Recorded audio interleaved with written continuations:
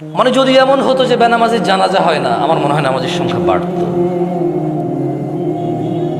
যদি এমন হতো বেনামাজির সাথে কেউ মেয়ে বিয়ে দিবে না, ছেলে বিয়ে দিবে না, আমার মনে হয় নামাজি বাড়ত।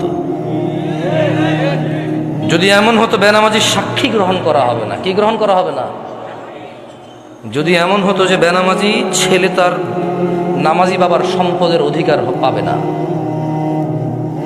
তাইলে মনে হয় নামাজি বাড়ত। এগুলো আমি বলিনি, এগুলো মুহাম্মদ সাল্লাল্লাহু আলাইহি সাল্লাম বলছে।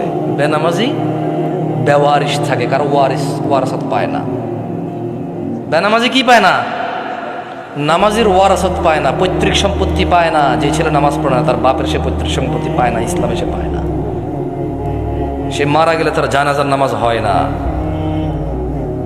বেনামাজি জামাই নামাজি বউ বিয়ে টেকে না হিসেবে। বাইনাল আবদি ওয়া বাইনাশ শিরকি ওয়াল কুফর তারকুস সালাহ।